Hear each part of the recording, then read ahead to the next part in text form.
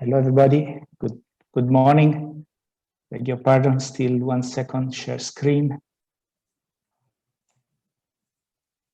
Okay, I think you can. Có lẽ là các bạn có thể nhìn thấy được rồi. Thực ra là rất cảm ơn. Cảm ơn cũng đã mời chúng tôi. Tôi cố gắng give a quick feedback from the EPR national platform that we collected during a meeting for today. First of all, we would like to thank More and all the people that has been working on the next draft of the EPR decree. We found that the decree is really clear and well formulated, and many suggestions from the industry has been taken. So thank you so much. Our feedback will focus mostly on the section 1 and on Annex 50, which are the two main feedback that we would like to pass. There are other minor feedback that we passed that we are going to pass into a separate document, but those are minor. So the first point that we would like to feedback is we found that the list of material in the Annex 15 has been improved. Still, it is still too simplified. It's putting together too many material typologies that they have different collection rate, different recycling rate, different technologies, different value on the market, and also a different environmental impact. I just make 2 examples. Paper-based packaging, we think that we should not put together paper and carton, so pure newspapers and cartons, with multi-layer beverage cartons. These are 2 categories which have different potential of collection and recycling today, and they have also different value on the market. Second example, even more important than this, talking about synthetic resin packaging, the group number 3, meaning plastic. We all know that there are many different kinds of plastics. Some are expensive, some are cheap, some are recyclable, some are not recyclable. And putting all these material on the same group will not push companies to move towards a more recyclable kind of plastic. So we would recommend what we already recommended 1 month ago. So to have a better split of the material according to the recommendation that the National Packaging Group has been doing, particularly for paper and plastic. Maybe metal and glass can be kept more simple. This is the first feedback that we would like to give.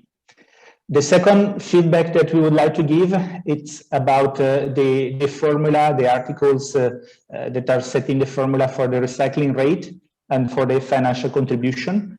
We think that the theory behind the formula is correct, but in practice, the application of this formula is not realistic. It's too complicated, and the figure that result from the research can be very difficult from the figure that can be audited.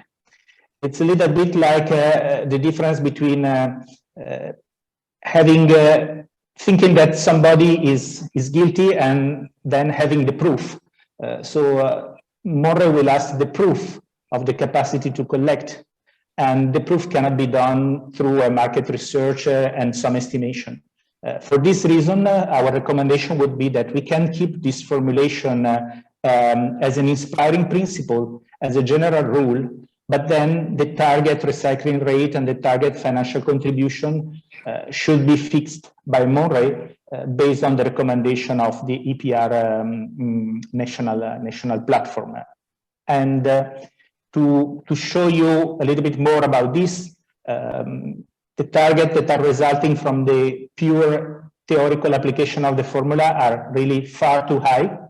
These are the targets that as industry association, we would like to ask More to consider for the first year, of course. Then they will increase, but at the beginning, the theoretical target will result really in far too high targets. So These are the recommendations on the target and on the fee that we have been elaborating with 4 months of work. It's only a recommendation, clearly, but we think that it should be close to the reality of the first year. The last point that we would like to recommend tomorrow, which I know that you are already considering, so it's only just a reminder, the application of the EPR system has to be progressive because the system is very complex, and it's impossible to create all the system in 1 year. So what we would recommend, without going into the detail of this chart, is to have 2022 as a gray year, which we will use to set up all the bodies, the EPR Council, the EPR Office, the EPR Portal, and for the companies, this will be needed to start registering to the portal, reporting quantities, fine-tuning and creating the producer responsibility organization to be ready to start. On this point on the PRO, I would like also to add the experience of PRO Vietnam this year. The first half of the year, we have been signed many contracts, and we have been preparing all the setup to activate the PRO. But unfortunately, since June, due to the COVID situation, we have not been able to be on field. So we have not been able to test and pilot all our activities. So this means that we would not be ready, even if we are the first one to move, but we will not be ready 1st of January to start up the full process. So our recommendation is to leave all the 2022 to Monterey to prepare. In 2023, starting to have a pilot, so this will be the first year, fixing the fee and the recycling target to the level that we recommend.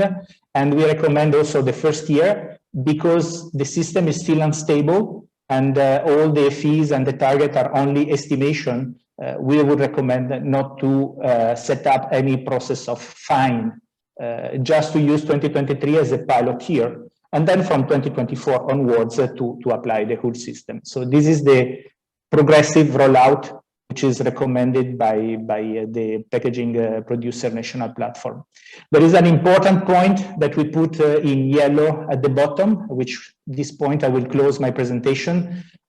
Today, COVID, after 2 years, is impacting really hard on many companies. Even the more solid companies, like the one that I'm leading, are really now getting a strong impact. 1 year we could still resist, 2 years it starts really to become difficult. And we all think that today we cannot say, because we do not know how long it's going to last. But when we will decide the timing for asking for fees, this will be an additional cost in the system. We will need to be very careful to consider the COVID impact. We cannot exclude that maybe we should park for some time the system to help also the economy to recover. These are the 3 main feedback that we would like to give to Monterey as a packaging national platform. And we hope that you will be able to consider them, and we remain available for all the support and help that you need. Thank you very much, Mr. Hung, for the invitation. Vâng, xin cảm ơn ông Fausto, Phó Chủ tịch Liên minh Tái chế bao bì Việt Nam, cũng thank you, Mr. Fausto. đại diện cho was representing the ba ví của Việt Nam. So I have recorded your suggestions, and I would like to discuss a little bit with the experts and the specialists in order to save the time. And Bristol company, Bristol, Việt Nam. Xin cảm ơn Vũ Phát Chế và xin kính chào Vũ Phát Chế cũng như là toàn thể quý đại biểu tham dự buổi webinar ngày hôm nay. Thì đại diện cho công ty Bristol cũng như ngành Sunlock thì sau đây thì tôi xin on behalf of Bristol company, I will present my presentations. Xin hỏi một chút là mọi người đã có thể nhìn thấy can everyone sees my presentation? Xin cảm ơn Bộ Tài nguyên đã gửi cái lời mời tới. Thank you, Ministry of Environment. Thì trước khi trình bày cái Before I present this presentations, một số những cái cam kết đối với an toàn.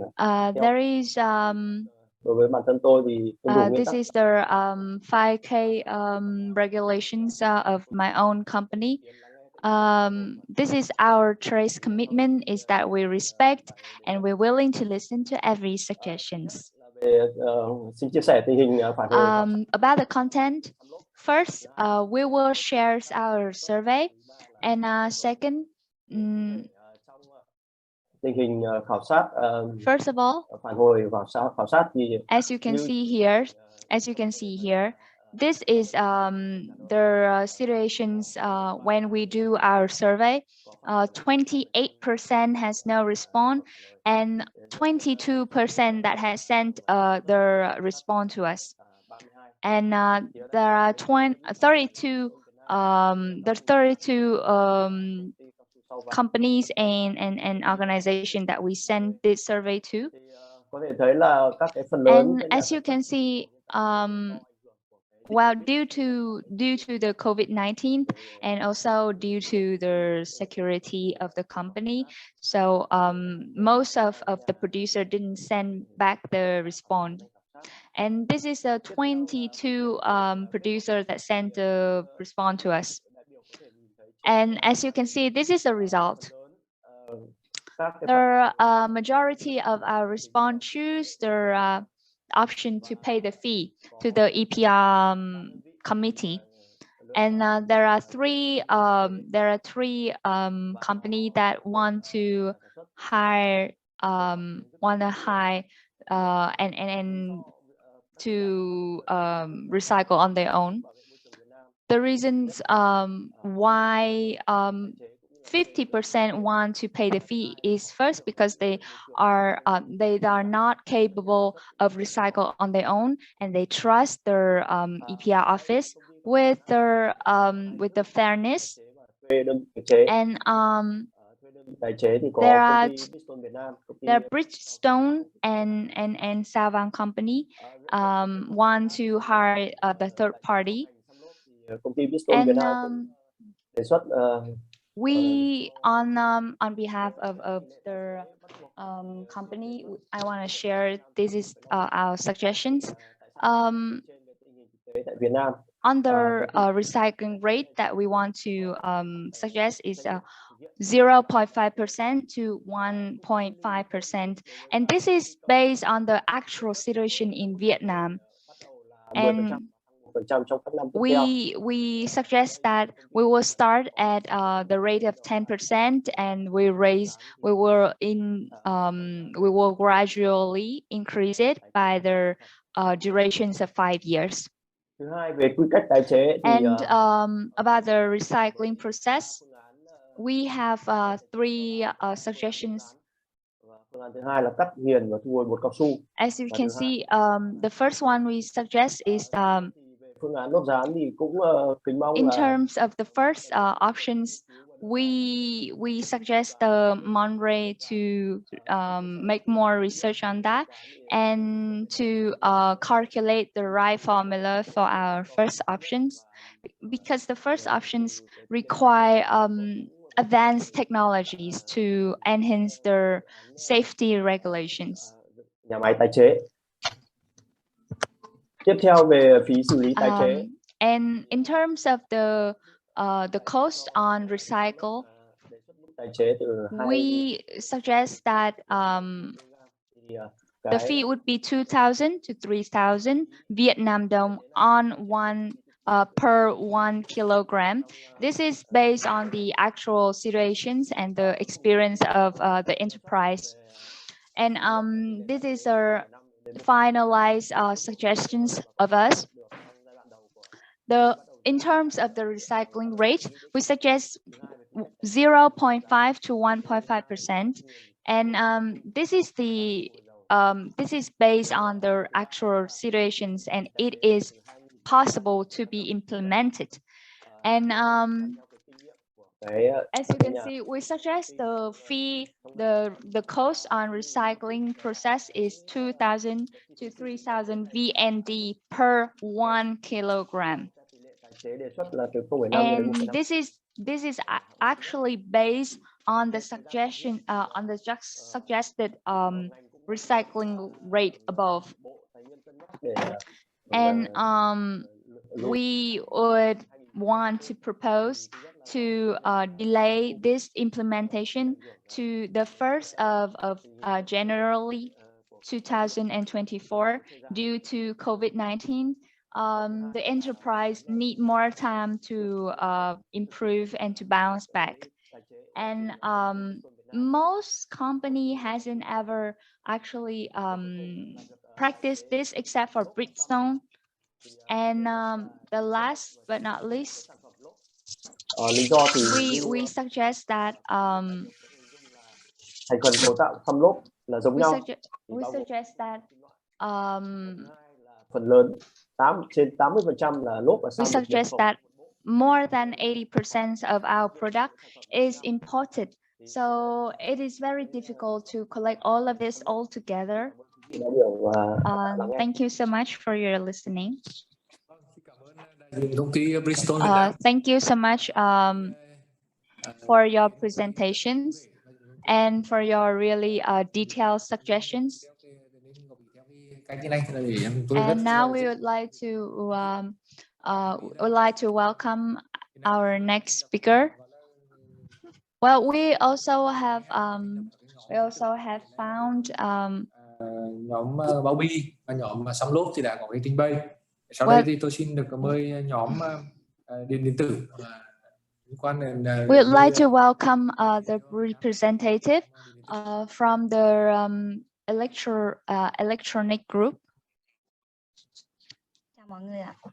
Vâng, xin đẹp lần trước khi chị ở Việt Nam tại chế trình bày thì sau phần của chị. Well, after the presentations of Miss Mai Hằng, we'd like to welcome the representative from US ABC will present. Now, welcome Miss Hằng.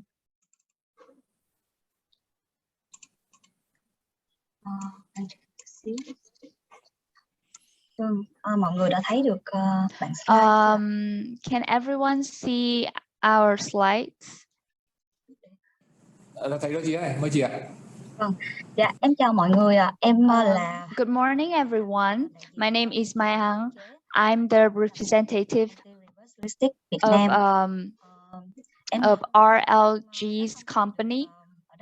Trình bày với mọi người về I'm very honored to be here to represent the recycling and recycling program has been founded by producer in Vietnam. About the reverse logistic group in Vietnam, the abbreviations of it is RLGs. And we provide the service. We provide the service to recycle the products for Vietnamese enterprise. We has our company in over 80 countries over the world, and we have more than 500 employees. And in Vietnam, the IG Vietnam program is our legal representative, and the VNTC is the group for electronic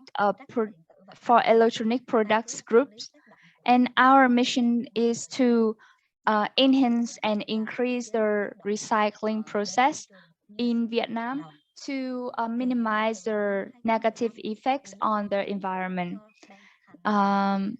Since 2015, in 2015, the EPR has been implemented. So since then, the Recycling Vietnam and organizations has been founded. And besides, this has been implemented this has been implemented over the years, and we have done even more than what has been determined on the law. We have managed on so many we have managed a lot of the process and the activities here. And the goal of us is to enhance we want to enhance the realizations of the public. And second of all, we want to extend the program more on a bigger scale. And third of all, we want to enhance our working process, and we want to professionalize it. Gia đình để mà mọi người có nơi thải bỏ rác thải điện tử đúng cách và cũng như là we want to provide the public a really professional, a really safe process to recycle product. And this is how we work. Là có hai đối tượng mà chương trình đang hỗ trợ, đó là hộ gia đình và khách hàng doanh nghiệp. Thì đối với hộ gia đình thì người dân có thể mang những cái rác thải điện tử đấy đến những cái điểm thu hồi của Việt Nam tái chế tại Thành phố Hồ Chí Minh và Hà Nội. Còn đối với doanh nghiệp thì doanh nghiệp có thể yêu cầu thu gom thông qua hotline hoặc là email của Việt Nam tái chế, và chương trình sẽ hỗ trợ lên những cái thủ tục để mà thu gom tận nơi cho các doanh nghiệp.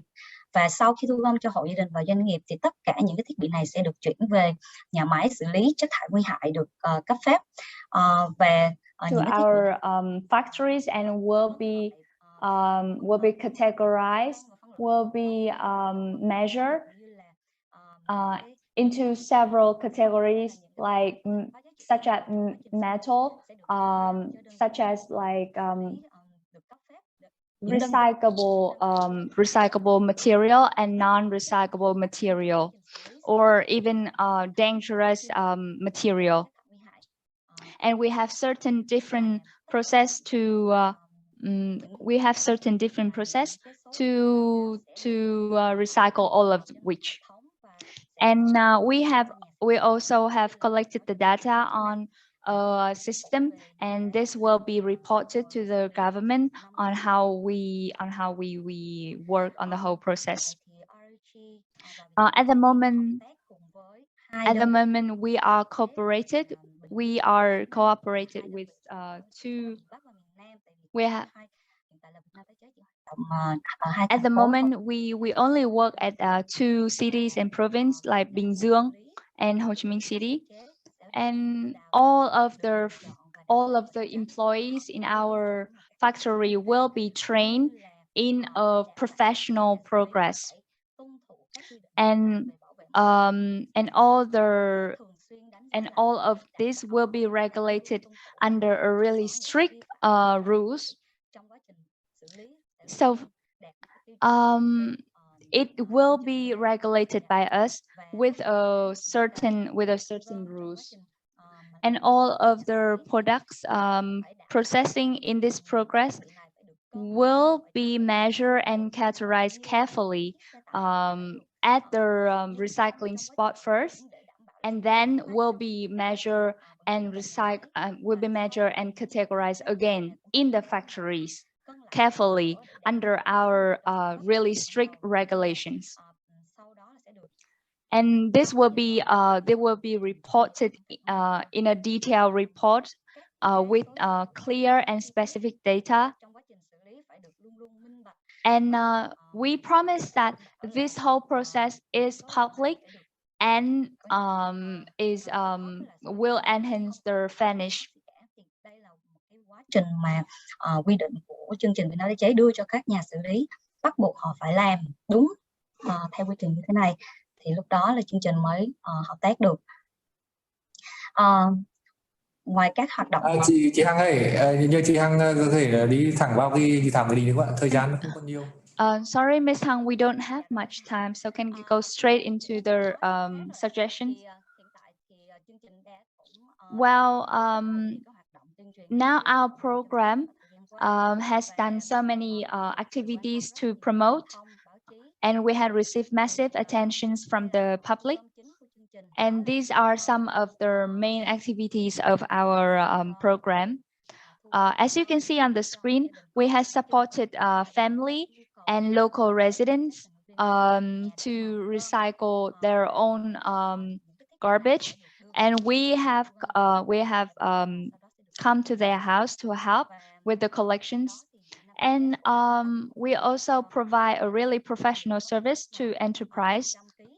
And when they meet our standard, for example, if they provide 100 kilograms of garbage in terms of electronic garbage. And these are some of our recycling and collecting spots. In Hanoi, we have 5 spots, and in Ho Chi Minh, we have 5 spots, as you can see.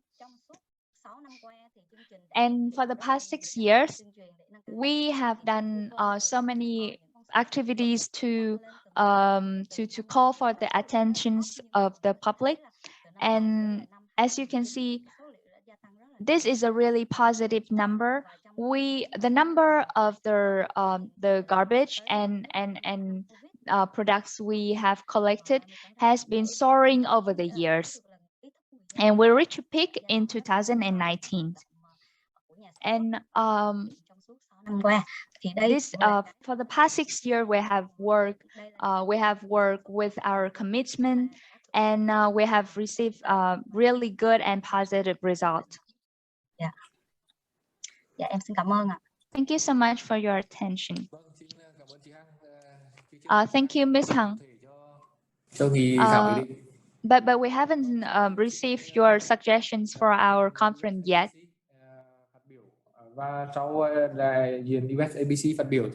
Now we want to USABC to be on mic. Thank you so much, Mr. Hùng. Can everyone hear us? Dạ, cảm ơn anh Hùng.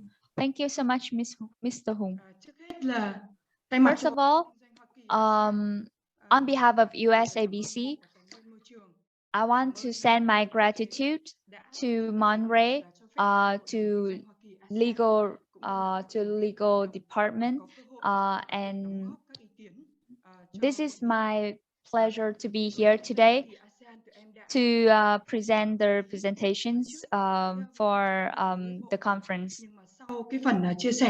After the sharings and the discussions, we are glad that there are so many things on the articles has been really considered and has been discussed carefully. We are really pleased to see that. And when we see the draft decree, we are really pleased. And honestly, I have never attended a conference with a really huge number of participants and with high attentions like this before. Maybe before, Vietnam has never have a draft decree like this before, and we hope that the regulations will be put into practice soon.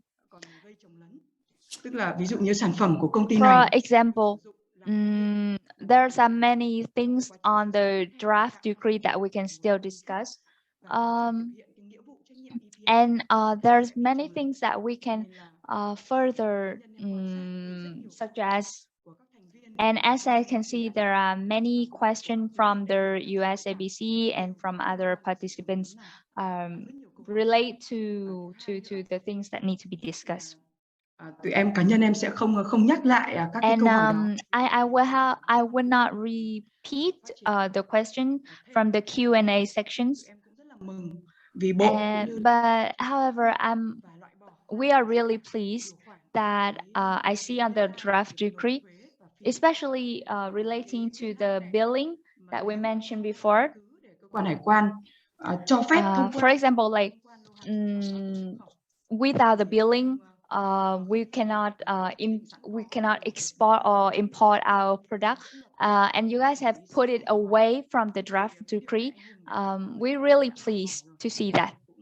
Rất là cảm ơn anh Hùng và thực sự là rất Thank vui you so mừng. much, Mr. Hung. We are so pleased and happy to see that.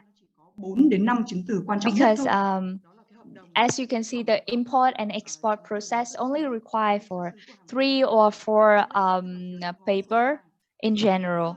So if we add the billing of the EPR process into it, it will be much more complicated for enterprise and for organizations on the whole export and import process. So we are really pleased as you guys have put it out away from the draft decree. We are really pleased. USABC really pleased to see that. And lastly, in this pandemic, any more cost, any more fee that we have to add will be a much more burden on companies, on enterprise. During this really hard situations, difficult situation like this, that many companies and enterprise suffer from these situations, then we really have to consider delaying on when we implement their decree. So, and as you can see from the survey, only 15% of the company willing to participate in their implementation if they implemented according to our previous plan. So we really have to consider the troubles and the difficulty that the company and enterprise have to face at these situations in the difficulty of the pandemic. It's not only Vietnam but also a global crisis. And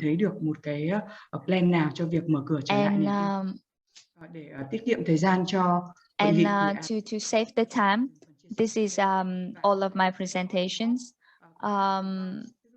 We will send the revise and our suggestions to Monterey and legal department after this conference. Thank you so much, Mr. Hung. Thank you so much for your listening.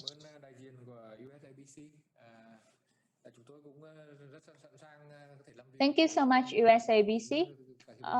We are pleased to work with USABC after this conference. If there is any things that are not clear,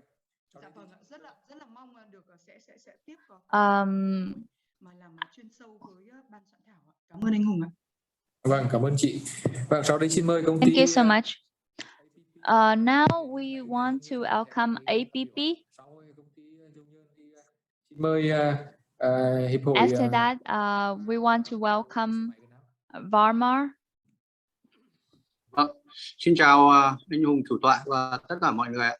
Good morning, everyone. Can everyone hear me well? Mời anh ạ.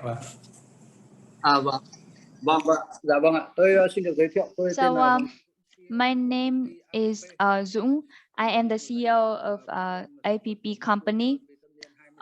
We have more than 25 years experience producing oil and grease. And I will be the representative of the company today to present our presentations. There are several problems that we want to talk and discuss about. First of all, we understand our responsibility in the process of recycling, in terms of the responsibility relating to environment. It is our responsibility. However, there's something that we're concerned about that we want to raise right now. First of all of the greasing company, we have to pay the tax we have to pay the tax of we have to pay the tax for the environmental protections. So I want to ask, if we continue to participate in this EPR program, do we have to continue paying our tax, or because this relate to how we calculate the fee and the cost of the product, and the tax that we're paying right now is 5% of our total revenue that we have to admit right now. So this is what we really concern. Do we have to continue to pay the tax, or this tax will be added and will be include with the fee from EPR program? That's our major concern, because this can lead to the increase in our cost. And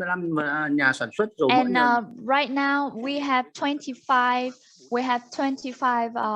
enterprise in Vietnam, but right now there is a massive amount of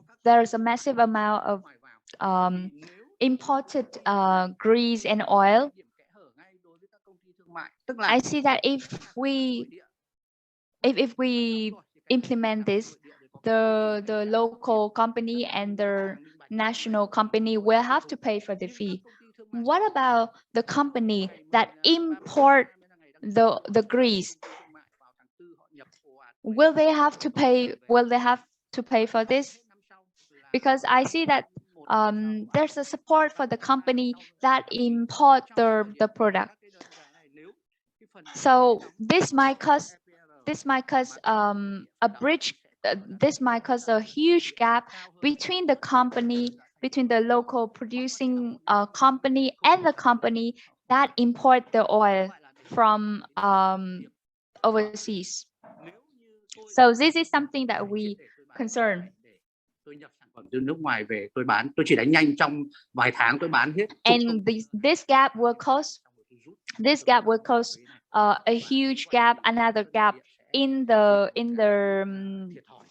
pricing of the product, and is something we want to talk about, because as you can see now, during this pandemic, we have to endure massive loss, and the company really have to rise to the occasions to survive in this pandemic.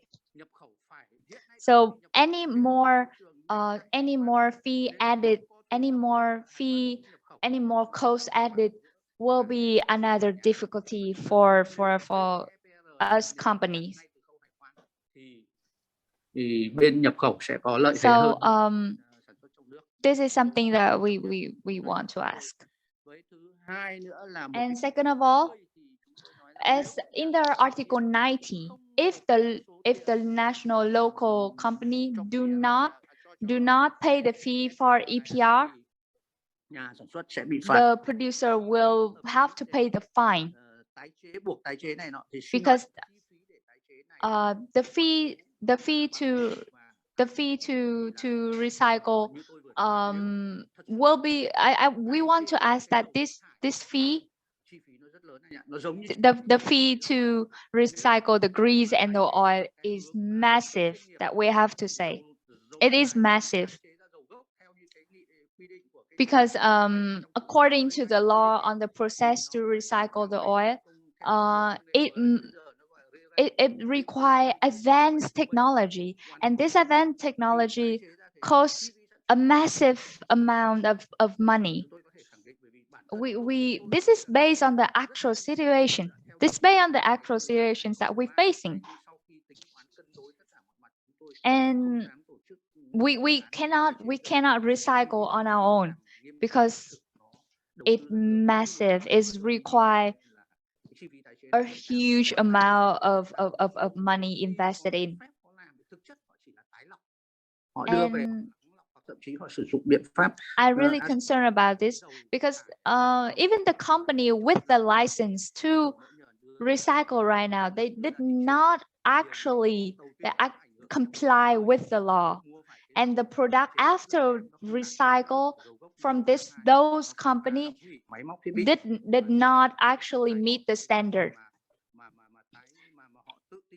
And I also know that the products that they produce, those company with the license for recycling produce, didn't meet the standard, and it's actually have really bad impact on it's actually have really bad impact on the environment.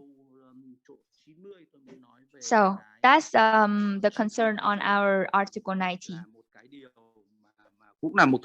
This is something that we really concerned about. And then we also want to ask about the Article 97. We have known that the EPR committee need to add the representative from the recycling committee. Like from the representative from Bristol just said, the recycling rate is important. Because if the cost too high, if the fee too high, we cannot comply to that. It could cause the massive loss to our revenue every year. So I suggest that the EPR program need to add more representatives. And we also have noticed that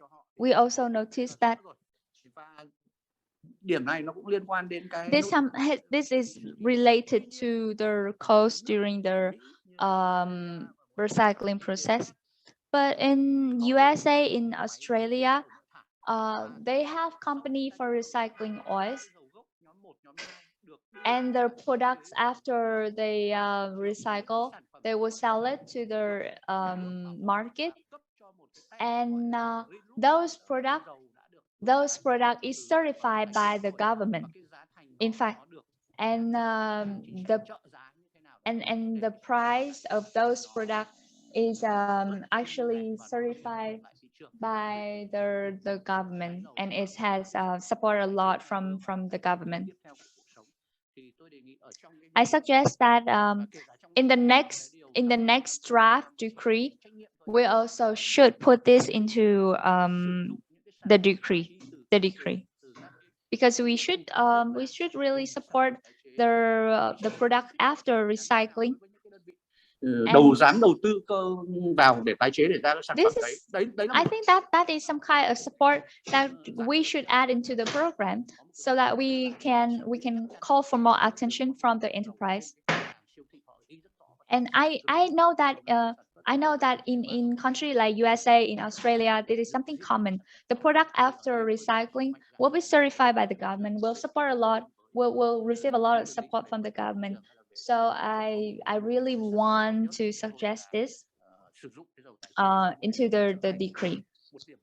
Another thing I want to mention is that in the Article 50, I noticed that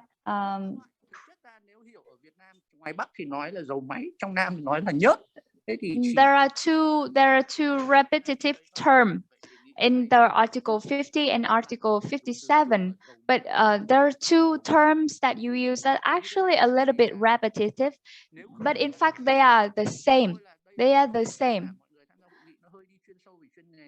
So we want to use actually the same actual term, not put it into two similar terms like that, because it may cause some confusion when we implement this decree. The two terms I just have mentioned, the grease and the oil, actually it's actually the same. So we want to use only one term, not two separated terms. It will cause a lot of confusion. So I want to clarify that.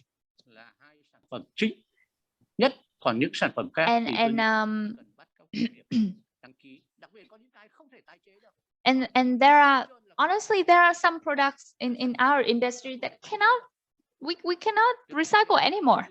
There are some products that we cannot recycle anymore. There's not yet any technology for recycling those products. And we have already paid the tax for environmental protections. It included for the product that we cannot recycle. So yes, that's some of our major concern that we represent for our industry to raise those concerns to Monterey and to conference today. And thank you so much.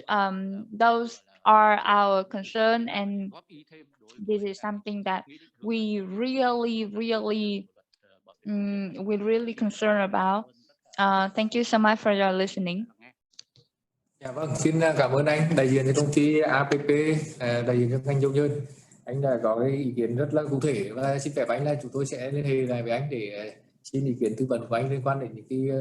Dạ vâng, tôi cũng rất mong muốn là vì dầu nhờn là một cái mục mà. Well, the lubricant is one of the in the Annex 50. So I think that there must be one or two representative from the. Vâng, cảm ơn anh ạ. Vâng, cảm ơn anh. Vâng. Sau đây xin mời Hiệp hội ô tô xe máy Việt Nam phát biểu, và sau Hiệp hội ô tô xe máy thì xin mời đại diện cho anh cho đài AmCham và Eurocham, anh Nguyễn Hồng Uy có đăng ký phát biểu. Xin mời Vama và Vam ạ. Dạ vâng ạ, xin cảm ơn ạ. Kính thưa ông Phan Tuấn Hùng, Vụ trưởng Vụ Pháp chế. Kính thưa quý vị đại biểu, tôi xin tự giới thiệu, tôi là Yến, Giám đốc đối ngoại công ty Honda Việt Nam, là trưởng nhóm nghiên cứu về EPR của hai hiệp hội Vama và Vam ạ. Lời đầu tiên thì cũng xin thay mặt hai hiệp hội trân trọng cảm ơn, gửi lời cảm ơn sâu sắc tới quý vị đã dành cái sự quan tâm đến cái góp ý của chúng tôi nhằm xây dựng khung pháp lý bền vững về EPR nằm trong tổng thể bộ khung pháp lý về việc phát triển nền kinh tế tuần hoàn. Vào ngày 20 tháng 8 thì chúng tôi cũng đã nhận được cái bản dự thảo có một số nội dung sửa đổi các cái hệ số so với dự thảo lần 2, và chúng tôi nhận thấy là cái văn bản góp ý vào ngày 17 tháng 8 của chúng tôi thì không chỉ có cái giá trị góp ý với cái dự thảo lần 2 mà còn có giá trị góp ý đối với dự thảo của ngày 20 tháng 8 của quý vị, của quý cơ quan, vì các cái dự thảo hiện tại về mặt bản chất là vẫn gắn mọi trách nhiệm cho nhà sản xuất như theo quyết định số 16/2015 QĐ-TTG của Thủ tướng, từ việc thải bỏ của người tiêu dùng đến thu gom. Khi thực hiện quyết định 16 thì chúng tôi đã nỗ lực hết mình nhưng không thể thu hồi được một cái sản phẩm thải bỏ nào từ người tiêu dùng. Do đó chúng tôi cũng đã gửi cái văn bản góp ý với cái 5 điểm chính như sau ạ. Do cái khuôn khổ nội dung ngày hôm nay nó cũng hạn chế thời gian cho nên chúng tôi chỉ xin nhắc về các cái nội dung chính thôi ạ. 5 điểm chính như sau ạ. Thứ nhất là bổ sung định nghĩa về sản phẩm thải bỏ, thu gom, tái chế. Thứ hai là lùi cái lộ trình áp dụng sau khi có khung pháp lý hoàn chỉnh về trách nhiệm của các bên liên quan. Thứ ba là tỷ lệ tái chế bắt buộc không nên tính toán như là tỷ lệ thu gom bắt buộc. Thứ tư là phương pháp tái chế không nên hạn chế sự phát triển công nghệ và sáng tạo của cơ sở tái chế.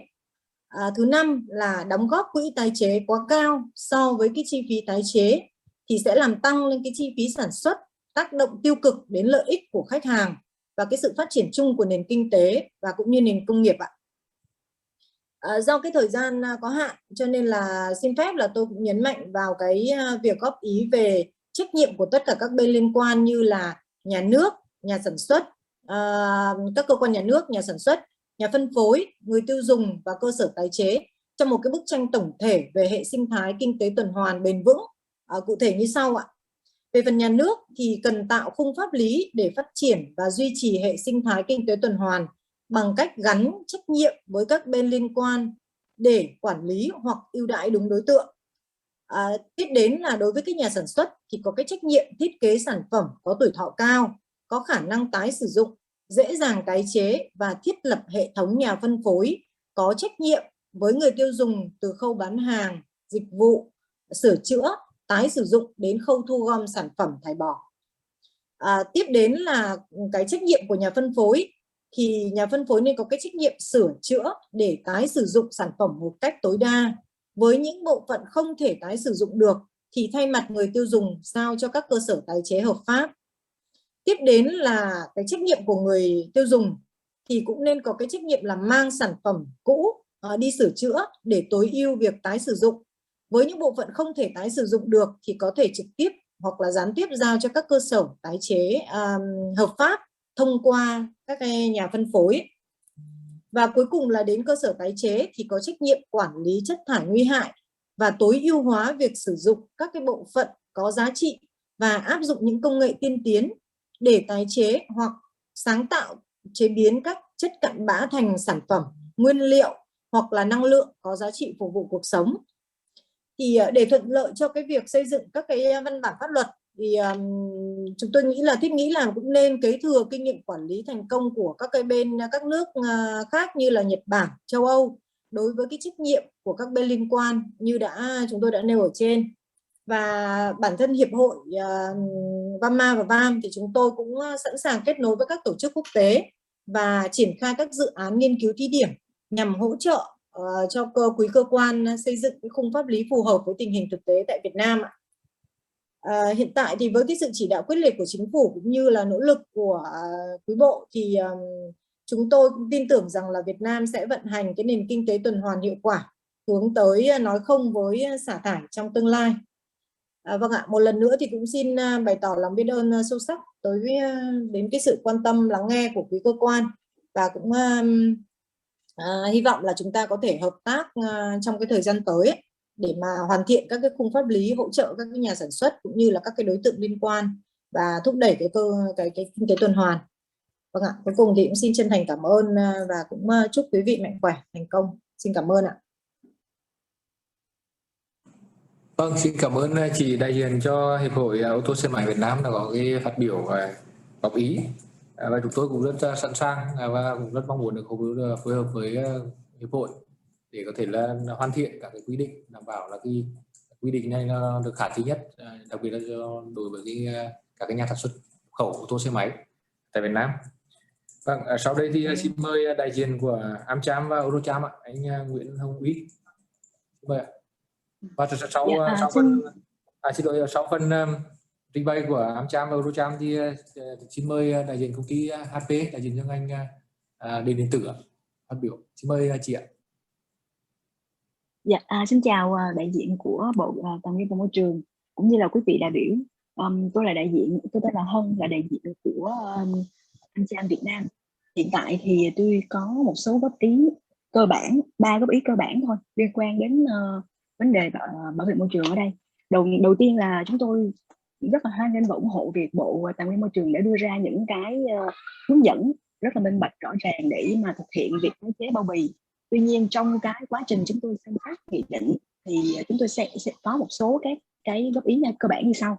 Đầu tiên là về tên gọi cái khoản đóng góp tài chính mà đang sử dụng ở trong dự thảo nghị định, thì chúng tôi cho rằng cái tên gọi đóng góp tài chính này là chưa phù hợp, mà phải gọi đúng là phí bảo vệ môi trường cho phù hợp với Luật bảo vệ môi trường. Bởi vì trong Luật bảo vệ môi trường họ không có nói về cụ thể về đóng góp tài chính, mà họ dùng cái tên là phí bảo vệ môi trường.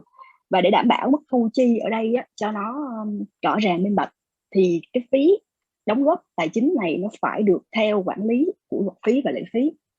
Cụ thể ở đây như sau là chúng tôi nếu như mình gọi nó là đóng góp tài chính thì cái đóng góp này nó phải là khoản đóng góp tự nguyện được quy định từ điều 88 đến điều 189 của dự thảo nghị định. Nhưng chúng tôi hiểu ở đây khoản đóng góp này là khoản đóng góp bắt buộc dựa trên cái công thức tính cụ thể và quy định rõ trong luật. And it is prescribed in law. So actually it is kind of the fee. For example, environmental protection fee to the oil and petroleum products. So we suggest that we need to reconsider the name of the financial contribution, so which is to be considered as the kind of the fee to the packaging of the products. So in the previous workshop, so we discussed about the financial contribution because there are choices for selecting the recycling or the making financial contributions. So if we are unable to recycle, we shall have to make the financial contribution, right? So this is not voluntary anymore. So there must be the mechanism for the proper and the open and transparent handling of this kind of the fee. And the draft degree team, you said that you have learned from the South Korea. So we suggest that you learn from the France or the Switzerland or Sweden. So the financial contribution is not there. So the other name or the other kind of the the definitions for this kind of the fee should be in accordance with the international norms of the European Union. And the third and the secondly, the recycling rate or recycling fee. At the article number 88, the draft should be clearly determining the formula of the recycling rate. And all of these indicators, actually, they should be built up on the basis of the feedback or responses or the contribution suggestions from the Ministry of Finance. Because the Ministry of Finance is the agency who is in charge of the actual implementation of this kind of the calculation of the rates and the fees. And it must be also on the basis of the on the basis of the references from the international community and the regional community as well. And for the formula, the Article 88, calculating the financial contributions, we suggest that it should be include the management costs. So, for example, the recycling package. So, a ton of the package. So it should be calculated as how much a ton, but it is not the kind of the recycling cost or the management cost. So it should be understood as the kind of the additional fee or additional cost to the businesses. And so it is not about to simplify the process, making the whole procedures cumbersome and hard to understand for the manufacturers and importer. And some of the aspects of the draft degree is not in line with the international law and overlapping with the environmental protection law.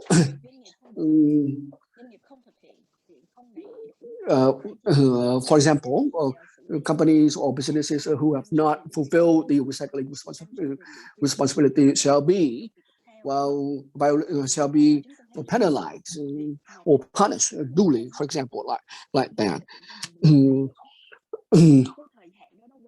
So while the time frame is too short for the implementation, and there's no mechanism for companies to respond. So in case EPR office have miscalculated or wrongly calculated the fee and how it should be understood, how it should be responded. So the basis for the determination of the 20% or 30%, so that should be more open, more transparent. For example, so you can see that in the other activities related to the taxations. So, for example, the delay of payment of the tax should be penalized at the rate of 0.055%, for example. So we think that we need to reconsider these issue, and the national recycling symbol for the packages. So as we have touched upon, we have a degree 43.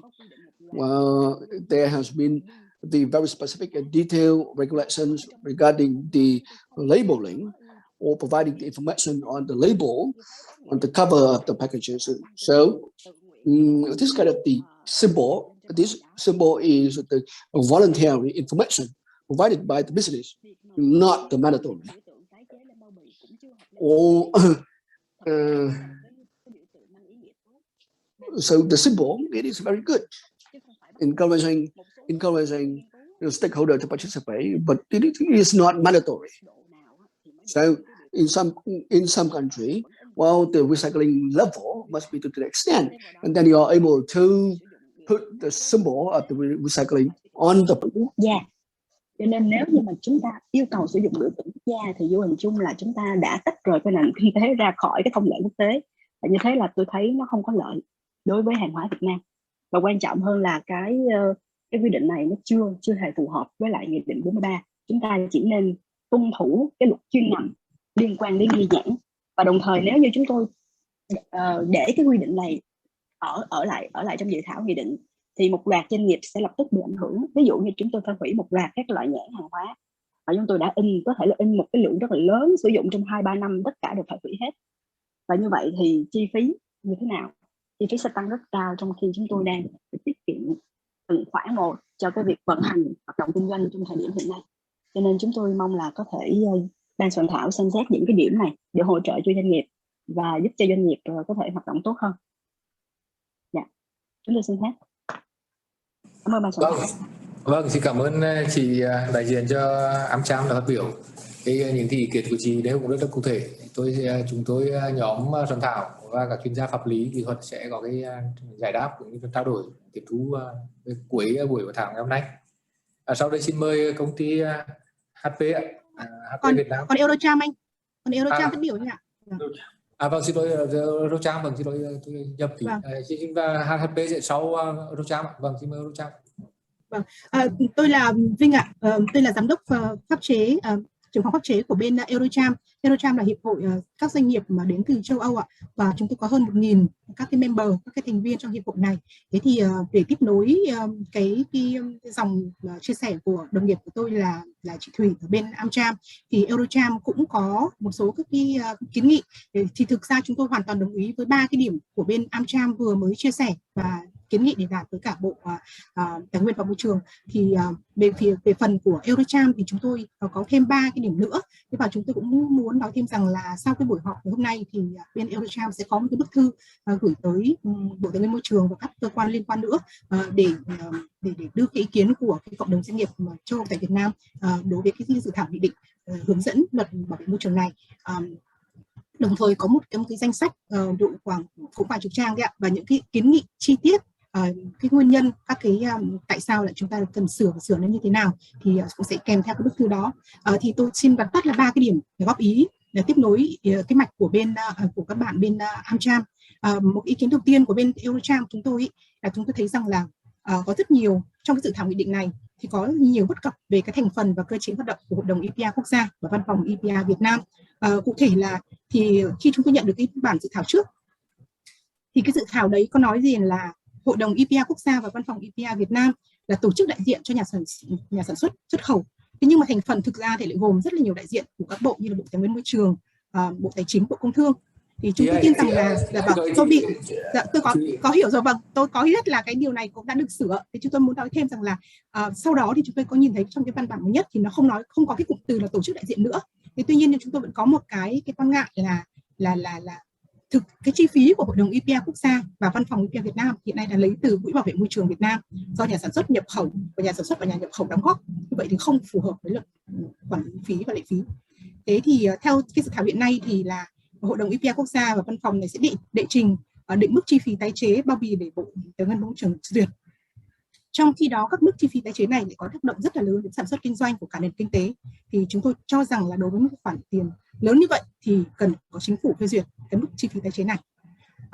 Điều quan trọng là cái việc thành lập mới văn phòng EPR Việt Nam sẽ làm tăng thêm biên chế và đi ngược lại với chủ trương của chính phủ. Thì cái điều này thì nằm trong cái bản cũ của chúng tôi, nhưng tôi biết rằng hiện nay thì các bên vụ pháp chế có giải thích rằng là văn phòng EPR là một cái đơn vị không thuộc hẳn là bên môi trường. Thì cái này chúng tôi sẽ có một ý kiến khác thêm.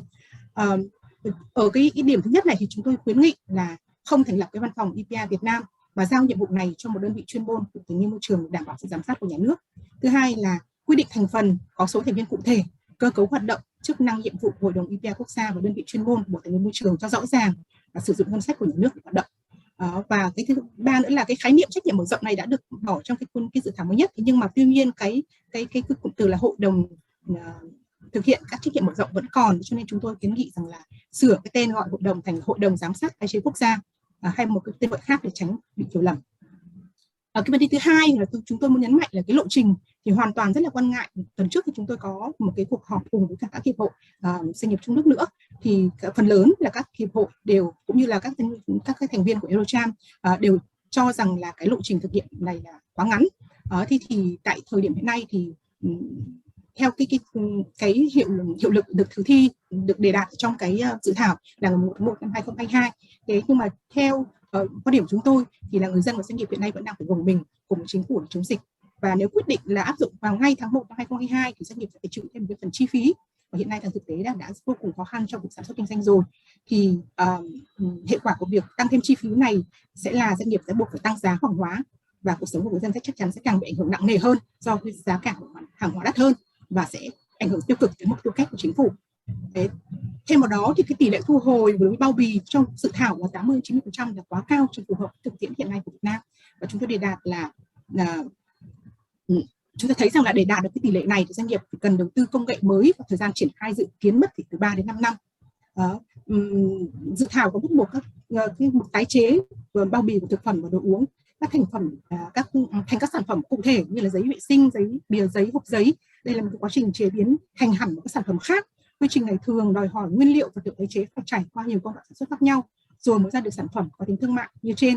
Cho nên chúng tôi khuyến nghị rằng là giãn lộ trình thực hiện thêm 3 năm cho đến tận tháng 1 năm 2025, và cần phải có một lộ trình tỷ lệ thu hồi phù hợp, khởi đầu là 40%, sau đó thì cứ 3 năm ta tăng lại một lần, mỗi lần không quá 5%, ví dụ như vậy. Thì trước mắt ta ưu tiên là thu gom tái chế những sản phẩm bao bì khó thu gom gây tác hại lớn cho môi trường. Những bao bì có giá trị thương mại và tỷ lệ thu hồi cao như bao bì giấy, bao bì nhôm không gây được hại cho môi trường thì được cân nhắc bỏ ra khỏi danh mục tái chế bắt buộc. Và xem xét lại cái quy cách tái chế ghi trong phụ lục của dự thảo theo hướng là bao bì được dùng tái chế, bao bì được tái chế dùng làm nguyên liệu cho sản xuất thay vì tái chế và sản xuất ngay thành những sản phẩm cụ thể. Điều cuối cùng của EuroCham muốn chia sẻ ở đây đấy là cần phải có một cái cơ chế triển khai công bằng phù hợp để thực hiện trách nhiệm mở rộng nhà sản xuất đối với các hoạt động tái chế và thải bỏ bao bì ra môi trường. Hiện tại thì là cái việc bảo vệ môi trường chúng tôi đồng ý đấy là trách nhiệm chung tất cả mọi tổ chức cá nhân. Thế theo các tài liệu của tổ chức quốc tế về bảo tồn thiên nhiên thì có 15 cái nguyên tắc cơ bản thiết lập cơ chế EPR của nhà sản xuất hiệu quả đối với chất thải bao bì quy định các chủ thể tuân thủ theo cùng một nguyên tắc giống nhau. Điều này giúp cho việc thiết lập một cái môi trường công bằng trong kinh doanh và tạo kinh phí nguồn lực để đầy đủ để có thể triển khai hiệu quả và bền vững các hoạt động thu gom xử lý rác thải trong dài hạn. Tuy nhiên hiện nay trong dự thảo của nghị định thì chúng tôi thấy rằng là các đối tượng áp dụng nghĩa vụ đóng góp tài chính trong một số mặt hàng tái chế và xử lý rác thải thì chỉ bao gồm các nhà sản xuất, các nhà nhập khẩu, các nhà sản xuất có doanh thu hoặc nhập khẩu ở một mức giá trị nhất định. Quy định này thì sẽ thiếu đi một cái tính phổ quát công bằng, đồng thời sẽ không tạo được cái cơ chế tái chế hiệu quả phù hợp bao phủ toàn bộ rộng trên các hoạt động theo quy định của Luật bảo vệ môi trường và chính sách EPR. Như vậy chúng tôi có một cái khuyến nghị rằng là bỏ cái giới hạn về tổng doanh thu, tổng lượng nhập khẩu, sử dụng lượng sử dụng bao bì trong cái quy định này về đối tượng áp dụng trong các phụ lục để đảm bảo một sự công bằng trong môi trường kinh doanh và mọi người đều phải có trách nhiệm với môi trường. Cuối cùng thì EuroCham xin cảm ơn quý bộ thành viên môi trường của pháp chế đã cho chúng tôi cái cơ hội để được góp ý ngày hôm nay. Chúng tôi sẽ xin chúc các quý vị đại biểu mạnh khỏe, chúng ta bình tĩnh sáng suốt vượt qua cái thời điểm khó khăn này. Xin cảm ơn ạ. Vâng, xin cảm ơn chị đại diện cho EuroCham Việt Nam đã có những cái ý kiến góp ý rất là cụ thể. Chúng tôi sẽ xin phép được dành cái thời gian trả lời vào cuối thảo. Sau đây xin mời đại diện của công ty HP Việt Nam, và sau công ty HP Việt Nam thì xin mời đại diện Hiệp hội Thực phẩm châu Á.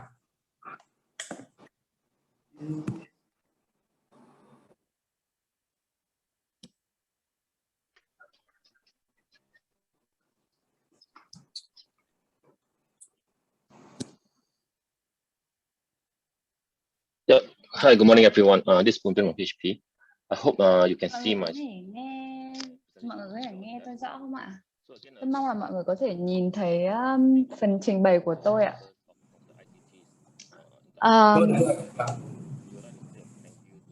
Great for organizing today's workshop and giving us the opportunity to share our comments. Cảm ơn Bộ Tài nguyên và Môi trường đã tổ chức buổi hội thảo ngày hôm nay. Okay, so the first comment we have will be with regards to Annex 50. Now we understand that today for the electrical and electronic products itself, right? The implementation timeline has been set as 1st of January 2024, but taking into consideration of the risk of hazardous substances exposure itself, right, recycling difficulty due to recycling infrastructure availability, we recommend to further break down in different implementation phases or timeline for each of the electronic products. This would then allow us to ramp up the recycling volume, ramp up the recycling in a controlled manner, and also helping to develop the recycling infrastructure while prioritizing products with highest concern first. Example, battery recycling will be one challenge if we start collecting without the availability of proper recycling infrastructure. And this will then support Vietnam in ensuring a environmental sound recovery and treatment of all e-waste collected under the EPR scheme. So let's talk on packaging itself. So for packaging, we recommend to start off first with reporting requirements first. This will actually enable the government to obtain more accurate data and have a current snapshot of the situation in the country. Example, information on quantities and types of packaging going to Vietnam. And it also allows us to focus on the actual issues, such as designing a take back and recycling system that target the problematic packaging. And data collection should also be set for appropriate timeline so that to ensure the data obtained is not affected or skewed by the effect of, especially today, we know we have the COVID-19 pandemic. Yeah. And then, of course, we recommend to focus on primary and secondary packaging, as these are the packaging that will end up with consumer together with the products they have purchased. And these are packaging that likely have the greatest impact on the environment if it's not collected or recycled properly. Yeah. Now, next, we want to talk about the Article 90 with regards to the financial contribution to the Vietnam Environmental Protection Fund. We understand in the formula itself, it consists of this V, which is the amount of products and packages put on the market in the year of undertaking the recycling responsibility, and producer can provide that in kg or in units. Our recommendation is that the volume should be provided in weight. Because the application of this contribution itself, right, had the same principle of a V levy scheme, and is imposed against what the company has imported to the market. And based on our experience with other regional levy schemes, right, this application has always been by unit. Now, example, China and Taiwan, these are two countries that have the levy scheme. And then from a financial point of view itself, right, it is a challenge for us to quantify and justify paying a levy based on weight instead of by unit. Yep. So that's why we recommend that we should use a weight to calculate the fund contribution.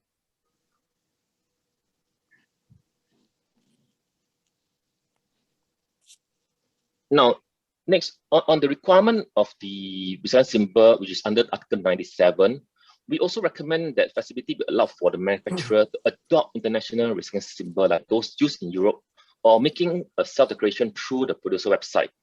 This is also to reduce the complexity the manufacturer will face in designing a process just to adopt to the national recycling symbol. Yeah. And I think the last part will be a question from us to Mondre. So today we know that Mondre has set up a very ambitious target for Vietnam We. And we also know that today in Vietnam itself, right, there is an existing informal collection and recycling sector. And what we want to hope to know from Mondre itself is what is the view on the role of the informal sector, and is that are we looking at integrating the informal sector into the EPR scheme so that we can work together with them to reach the target?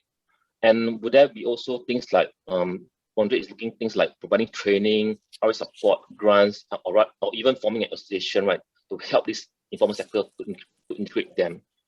And I think the reason why we asked this is because of the concern that we are exposing ourselves to the needs to buy e-waste and to compete with the informal recycler in order to achieve the target. Yeah. So this basically, I think, the comments and question we had. Of course, we have more comments, but as today the time is short for us to present. So thereafter this sharing, right, we will also be submitting a formal response to Monterey, provide more details on our comments and also some additional questions that we would want to raise to comment, and also some other comments. Thank you for the time.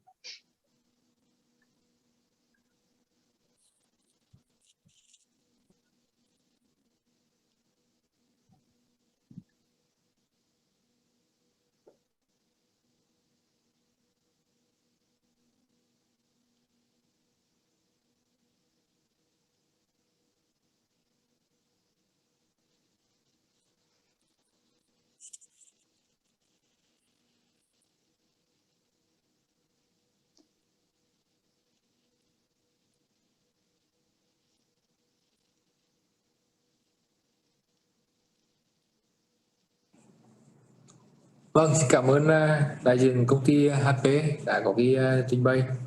Sau đây thì xin mời đại diện Hiệp hội Thực phẩm châu Á phát biểu ạ.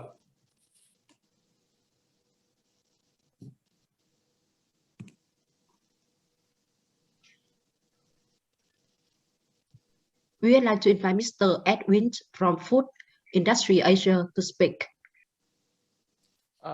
Thank you very much, everyone. Good morning. Let me share my slides.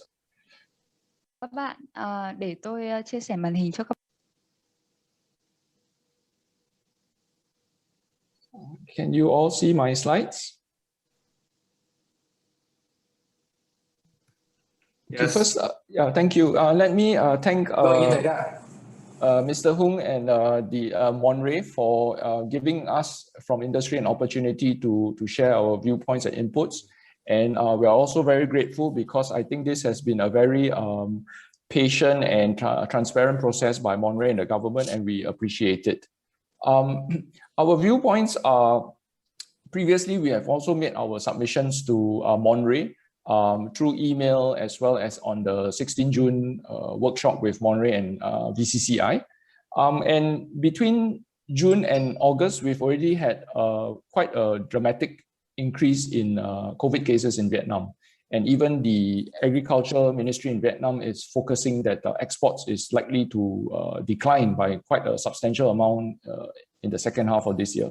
So from the industry perspective, the extended lockdowns and movement restrictions have led to impact on production, manufacturing, also sales, because restaurants, hotels, shops have been closed, and citizens have been asked to stay indoors.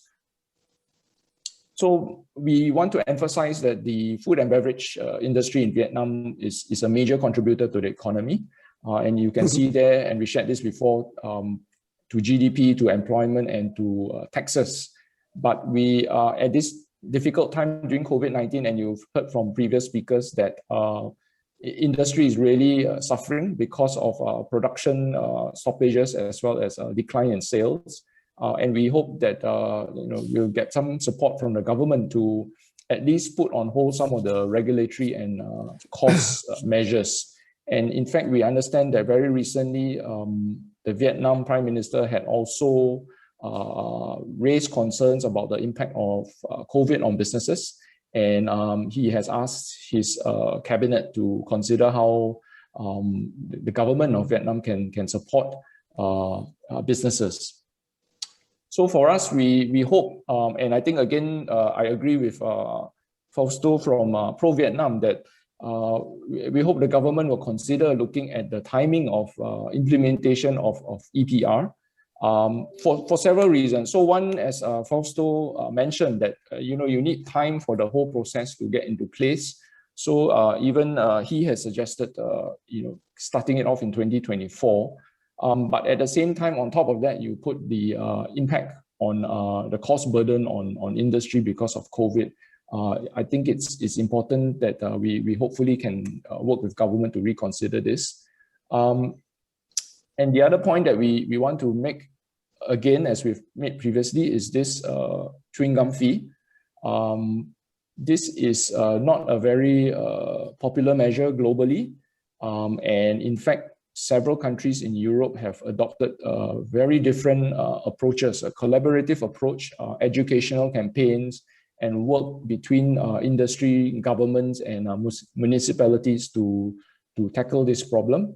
And we also should emphasize that the chewing gum companies in Vietnam, Perfetti, Mars, Lotte, they have significant investments in manufacturing in Vietnam.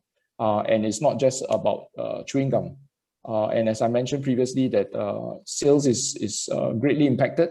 But at the same time, movement restrictions and lockdowns have added to business costs, and potentially it would impact livelihoods, jobs, and also consumer costs. And so we ask again for the consideration, because with this chewing gum fee, the chewing gum companies will be taxed twice. So once they are expected to participate in EPR for packaging waste, and now they are also being asked to pay towards chewing gum waste. And again, we highlighted previously that this problem of chewing gum waste can be tackled very effectively by educating consumers and making them aware of the proper ways to dispose chewing gum. And this can be done again in partnership with industry and government. But the other area that we can suggest to Monterey to start with is perhaps working together with industry to gather the data. I know that cost to clean up chewing gum waste is a key consideration for Monterey and the government.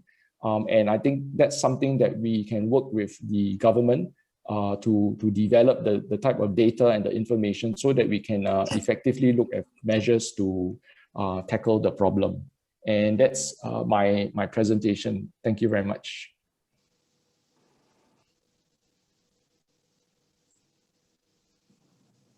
Xin cảm ơn. Thank you so much. Thank you so much, Mr. Edwin's here. In terms of gum industry, we will discuss more. Now we would like to welcome. We would like to welcome the next speaker. Cropline Việt Nam sẽ có cái phát biểu. Xin mời ạ. Anh Hùng ơi, em phiền xin lỗi anh một chút là theo sau anh ở Edwin ở Hiệp hội Thực phẩm châu Á thì công ty Mars Weekly có xin 2 phút để trình bày kế tiếp ạ. Bọn em đã đăng ký với ban tổ chức từ trước 3 ngày ạ. Xin phép anh cho anh Hào bổ sung phần phát biểu của anh Edwin 2 phút thôi ạ. Bọn em có đăng ký phát biểu 2 phút thôi ạ. Vâng, xin mời chị. Vâng, xin lỗi công ty SH ạ. Công ty SH xin lỗi chơi 2 phút ạ. Vâng. Dạ, em xin mời anh Lê Quang Hào ạ. Mọi người đã thấy cái màn hình chưa ạ? Vâng, đã thấy đấy, mời anh vào. Thấy. Dạ, tôi xin một tí.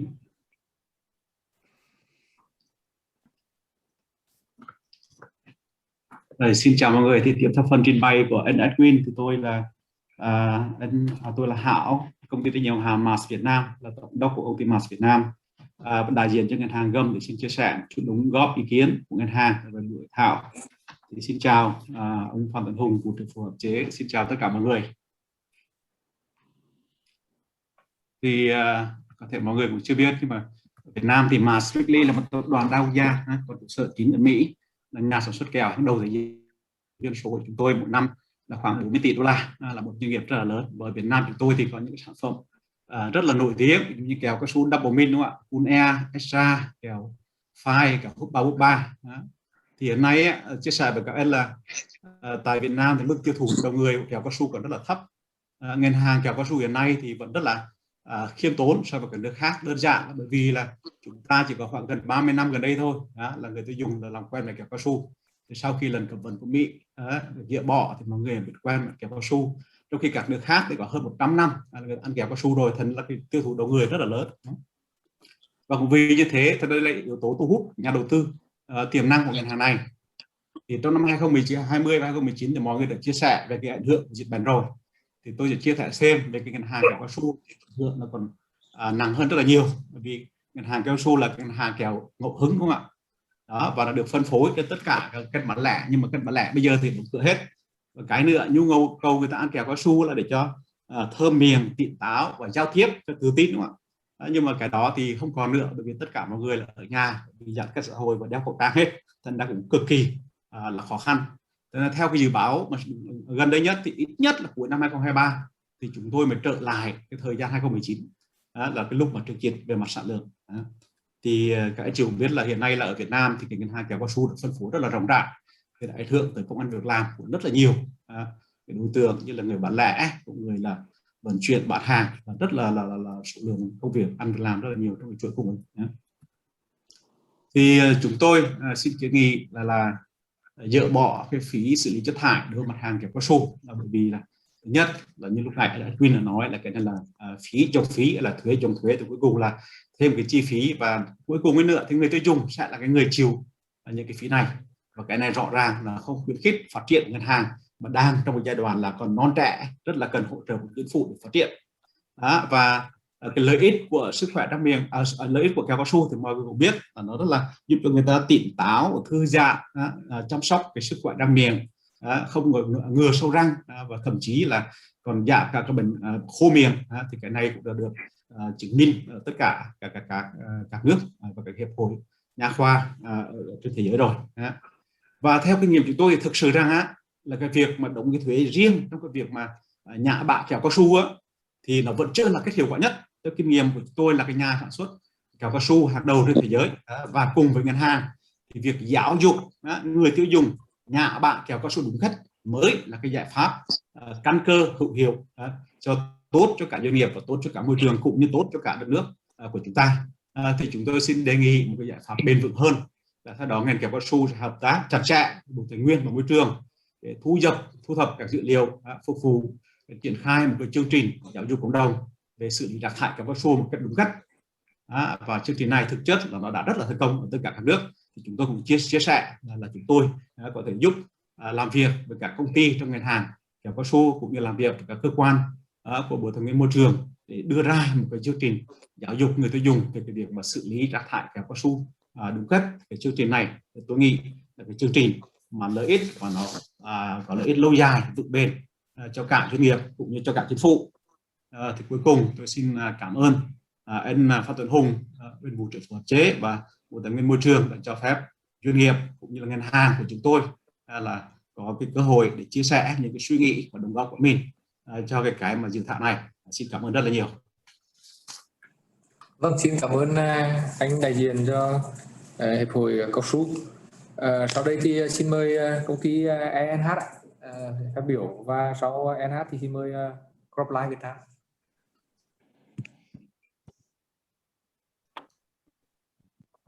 Alo, mọi người có nghe rõ không ạ? Vâng, nghe rõ ạ, mời chị ạ. Dạ vâng ạ. Lời đầu tiên thì em xin được cảm ơn đến vụ pháp chế cũng như là Bộ Tài nguyên Môi trường đã tổ chức một buổi hội thảo rất ý nghĩa cho doanh nghiệp cũng như là những các đơn vị liên quan đến chính sách và mở rộng nhà sản xuất nhập khẩu. Thì em xin tự giới thiệu, em tên là Thu, là đại diện của công ty trách nhiệm hữu hạn tư vấn ENS, là một đơn vị hoạt động tại Việt Nam và có công ty mẹ là Envis tại Nhật Bản. Thì Envis là một trong những đơn vị tư vấn toàn cầu về môi trường, hóa chất, năng lượng cho nhiều quốc gia, trong đó có Việt Nam. Thì bản thân doanh nghiệp chúng em là đang hỗ trợ cho những doanh nghiệp trong và ngoài nước, đặc biệt là những doanh nghiệp Nhật Bản mà đang sản xuất kinh doanh tại Việt Nam. Nên là trong quá trình mà hỗ trợ và tìm hiểu những cái áp dụng tuân thủ những cái yêu cầu pháp luật của doanh nghiệp, thì các doanh nghiệp có thắc mắc rất nhiều như liên quan những quy định pháp luật về trách nhiệm mở rộng nhà sản xuất. Thì qua cái hội thảo lần này thì cũng bên công ty EH cũng mong muốn là cầu nối hỗ trợ doanh nghiệp giải đáp những thắc mắc và đồng thời góp ý cho cái bản hội thảo dự thảo để làm sao hoàn thiện nhất cái bản dự thảo, cũng như là giúp cho doanh nghiệp để thực hiện trách nhiệm nhà sản xuất nhập khẩu. Thì cái nội dung của bản dự thảo thì công ty cũng đã gửi đến bên ban soạn thảo cũng như là vụ pháp chế, thì bọn em sẽ xin tóm tắt một số điểm lưu ý và cũng như là một số góp ý chính trong những cái bản dự thảo lần này. Thứ nhất là về cái điều khoản liên quan đến điều 86 về hình thức thực hiện trách nhiệm tái chế.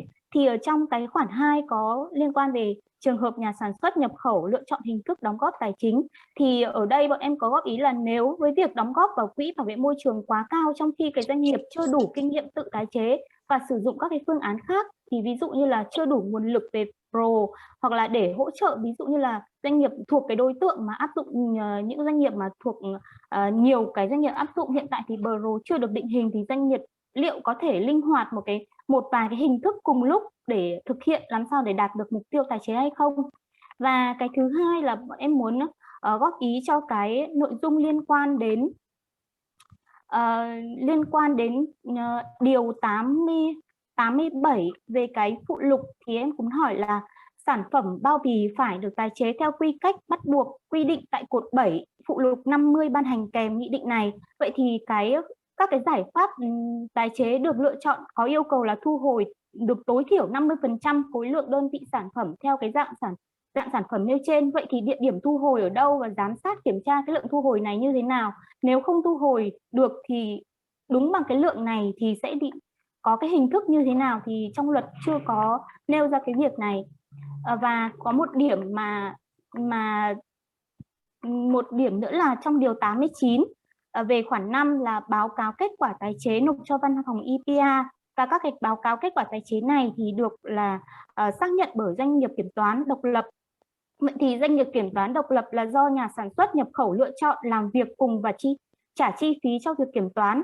Vậy thì trường hợp mà doanh nghiệp sử dụng pro hỗ trợ thì đơn vị kiểm toán sẽ chịu trách nhiệm ký hợp tác với pro hay là doanh nghiệp hay là ba bên. Và trong luật bảo vệ môi trường thì khuyến khích doanh nghiệp thực hiện kiểm toán môi trường. Tuy nhiên thì chưa có cái quy định cụ thể về kiểm toán môi trường. Vậy đâu là cái cơ sở để đánh giá năng lực và về kiểm toán, và doanh nghiệp kiểm toán thì cần có cái năng lực như thế nào để xác định vào cái báo cáo này, và đơn vị tư vấn mà thực hiện cái chức năng kiểm toán thì liệu có làm được cái việc này không. Và một cái câu hỏi mà một cái liên quan đến cái liên quan nữa là đến cái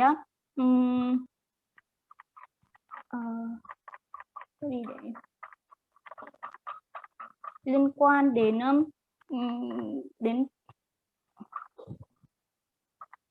liên quan đến văn phòng EPR, thì ví dụ như là cơ quan thẩm quyền nào sẽ thanh tra và xử phạt hành chính đối với việc này, và mức phạt chi phí hành chính căn cứ theo điều nào khoản nào trong luật. Vì hiện tại thì cái văn bản này mới ra và cũng chưa có những cái mức xử phạt hành chính chính thống cho cái việc mà trong các cái bản luật như kiểu nghị định 155 hay là nghị định 555 mới bổ sung thì chưa có cái nội dung này. Và một cái lưu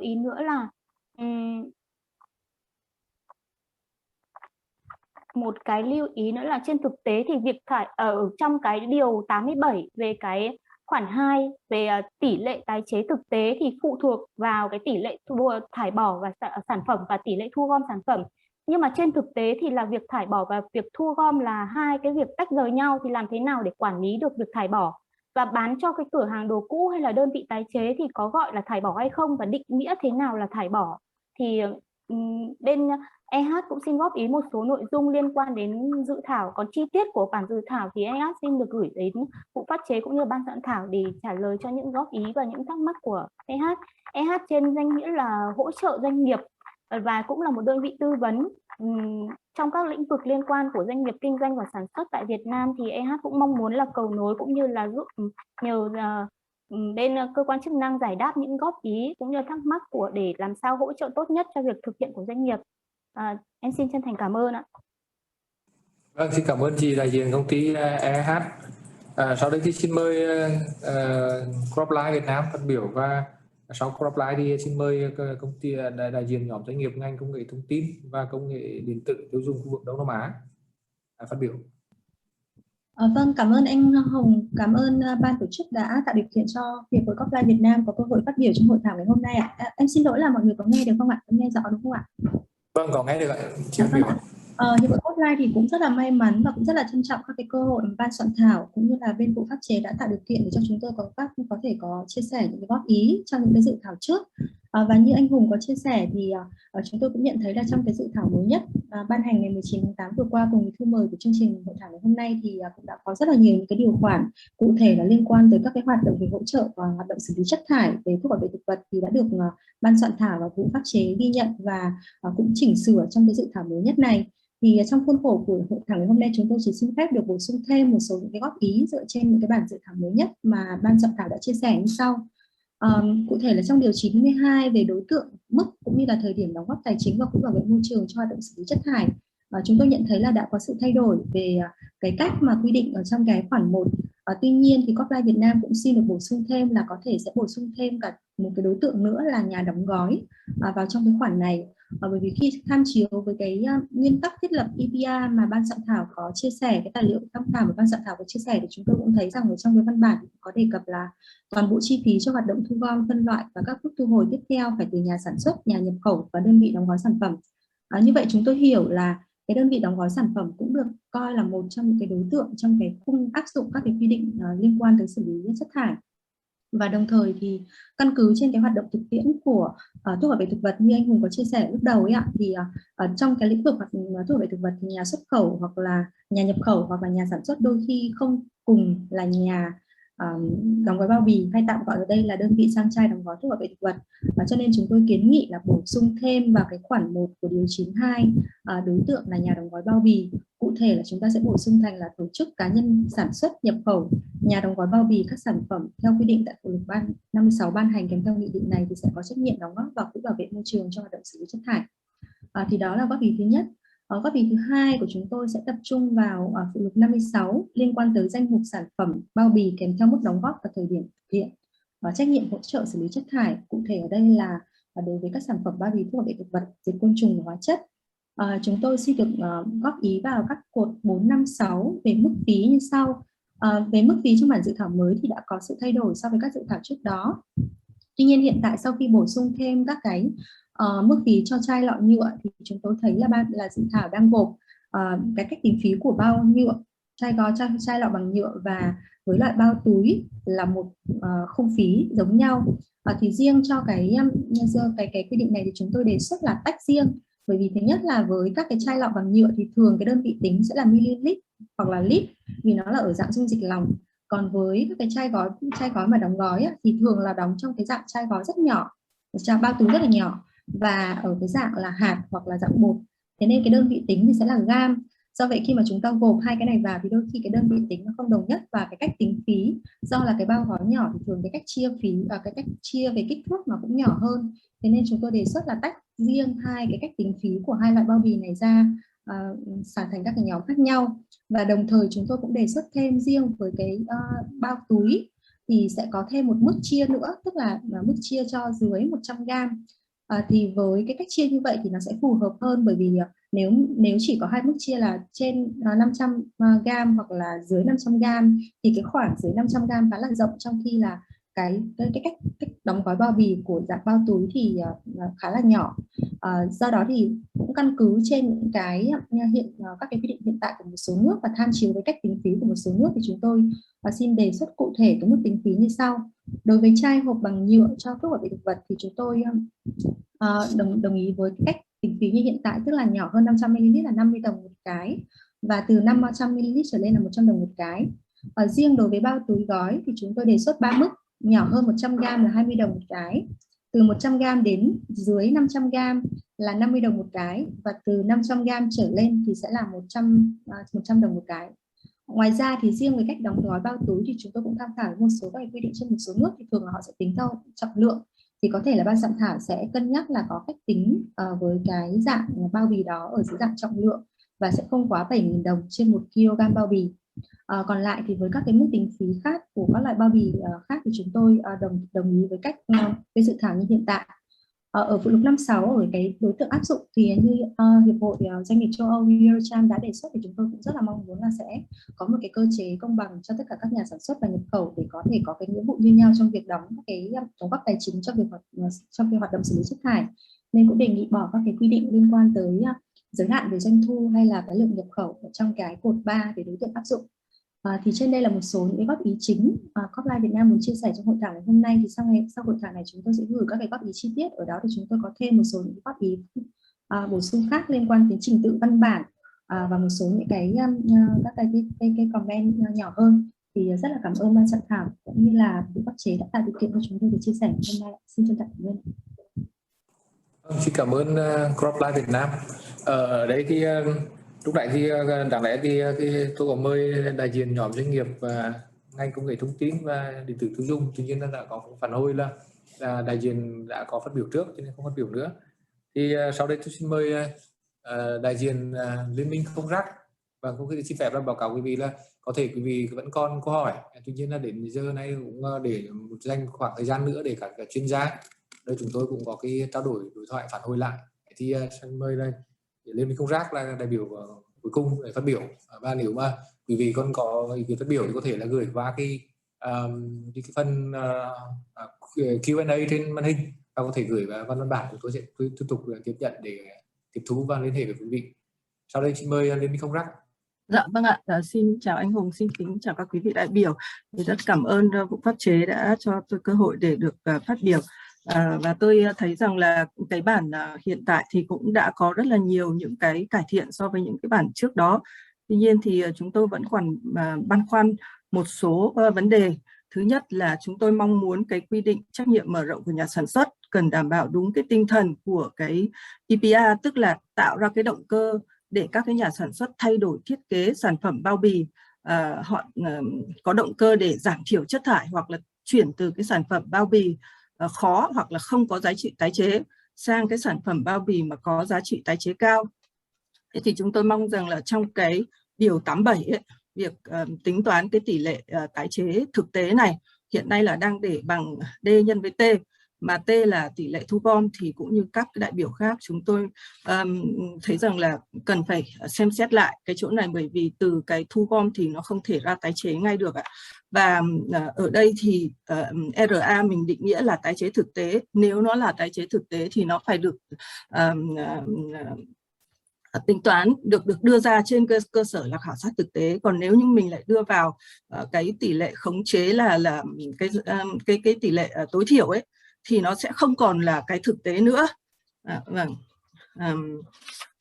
Cái ý thứ hai là cái tỷ lệ tái chế bắt buộc nó sẽ tương quan như thế nào với cái tỷ lệ tái chế thực tế, thì ở đây chúng tôi chưa thấy rõ. Và theo như dự thảo thì cái tỷ lệ tái chế bắt buộc sẽ được quyết định bởi cái hội đồng EPR. Và cái hội đồng ấy thì là hiện nay có các thành phần là Bộ Tài nguyên Môi trường, Bộ Tài chính, Bộ Công Thương, đại diện các nhà sản xuất nhập khẩu.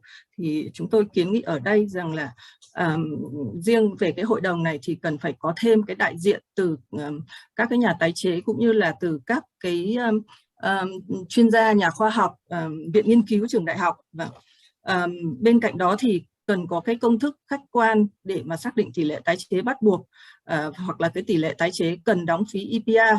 Và chúng tôi rất là mong muốn là nó sẽ phản ánh đúng thực tế, tức là nó có ý nghĩa rằng là nếu như mà một cái sản phẩm bao bì nào đấy nó đã có cái tỷ lệ tái chế thực tế cao rồi á, thì tương ứng cái doanh nghiệp, các nhà sản xuất sản phẩm bao bì đó, họ sẽ phải đóng cái phí EPR thấp hơn so với lại những cái sản phẩm bao bì mà có tỷ lệ tái chế thực tế thấp. Chỉ khi quy định như vậy thì mới tạo cái động lực để cho các cái nhà thiết kế họ thiết kế sản phẩm lại làm thế nào để tăng cái tỷ lệ tái chế thực tế. Cái ý thứ ba là cái công thức tính phí hiện nay thì chúng tôi hiểu rằng là vẫn còn chung, và trong giai đoạn này thì chúng ta chấp nhận cái công thức đơn giản. Tuy nhiên về lâu dài thì chúng tôi mong muốn cái công thức này được làm chi tiết, và nó đưa ra những cái khuyến khích giống như là phát biểu của anh ở bên xăng dầu á, tức là phải tính đến cái việc có những cái khuyến khích khi mà các cái sản phẩm đó đã được sử dụng cái vật liệu tái chế, hay là nó có độc tính thấp, hay là nó giảm được cái vật liệu đóng gói, hay là giảm được rác từ vật liệu đóng gói, hoặc là tăng cái sử dụng tái sử dụng. Cái ý thứ hai, cái góp ý lớn thứ hai là chúng tôi mong muốn cái quy định của EPR này sẽ đóng góp vào cái việc cải thiện chất lượng môi trường tốt hơn nữa. Đó là cái quy định về chuẩn tái chế ở phụ lục 50. Và chúng tôi mong muốn là ban soạn thảo xem xét kỹ hơn về cái vấn đề mà đưa ra cái khái niệm là tái chế hóa học. Bởi vì là tái chế hóa học thì nó cũng có rất là nhiều dạng, và hiện nay thì có rất là nhiều cái tranh cãi xung quanh cái vấn đề này, và nhiều nơi thì họ không coi cái tái chế hóa học này là tái chế hóa chất ấy. Tiếng Anh nó là chemical recycling ấy. Thì họ không coi đó là tái chế, và điển hình là lãnh đạo của công ty Dow đã khẳng định cái điều này, tức là ông ấy đồng ý rằng là chemical recycling này không phải là tái chế. Thì chúng tôi chỉ mong muốn là những cái hình thức tái chế mà được chấp nhận bởi EPR sẽ không gây ra những cái vấn đề, tức là không biến ô nhiễm chất thải rắn thành một cái dạng ô nhiễm khác như là ô nhiễm không khí chẳng hạn.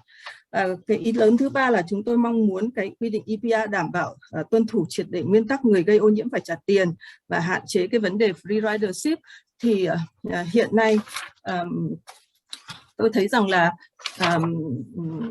trong cái 6 cái nhóm ngành ấy thì 5 nhóm ngành đầu tiên thì là phải các công ty phải nộp phí, tức là áp dụng đối với lại 100%, nhưng mà riêng đối với lại bao bì thì lại có cái ưu ái, tức là có giới hạn về quy mô. Thì ở đây chúng tôi kiến nghị là đề nghị tất cả các cái đơn vị mà có sản phẩm bao bì này đều phải là đóng phí tái chế, không có trường hợp ngoại lệ nào cả, kể cả những doanh nghiệp có doanh thu nhỏ. Một ý nữa là trong cái phụ lục 50 ở cái dòng 36 G11 đấy ạ, thì hiện nay chúng ta đang gộp bao bì giấy và bao bì đa lớp, tức là bao bì có thành phần là giấy nhưng mà có cả nhựa và nhôm. Thì quy định như vậy thì gộp hai cái này lại thì chúng tôi thấy rằng là nó chưa hợp lý, bởi vì là cái chi phí tái chế đối với lại cái bao bì nhiều lớp để đựng đồ uống ấy thì nó sẽ có cái chi phí tái chế cao hơn, nó khó tái chế, và thậm chí rằng là có những cái tỷ lệ tái chế của thực tế của họ hiện nay rất là thấp, chỉ khoảng 1%. Và chúng tôi đề nghị là tách hai cái mục này ra và có hai cái tỷ lệ, có những cái quy định tương ứng khác nhau. Và nếu mà trong tương lai, nếu mà cái sản phẩm nhiều lớp đấy mà họ không thể tăng được cái tỷ lệ tái chế lên thì chúng ta nên đưa nó sang cái điều luật mà điều chỉnh cho những cái sản phẩm mà khó tái chế.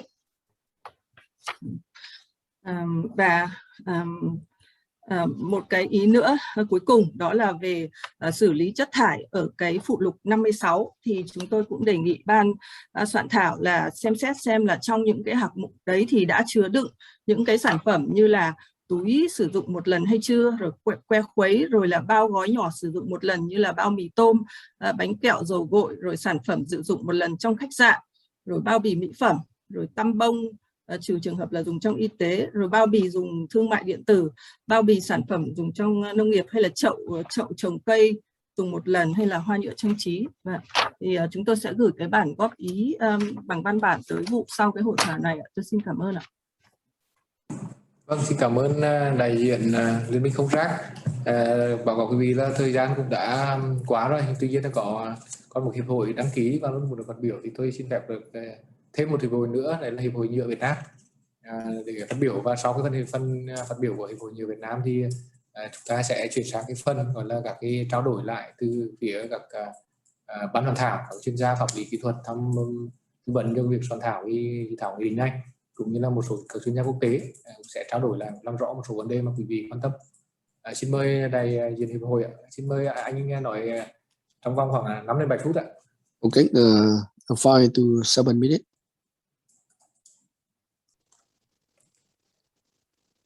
Vâng, có thể là do bị lỗi kỹ thuật.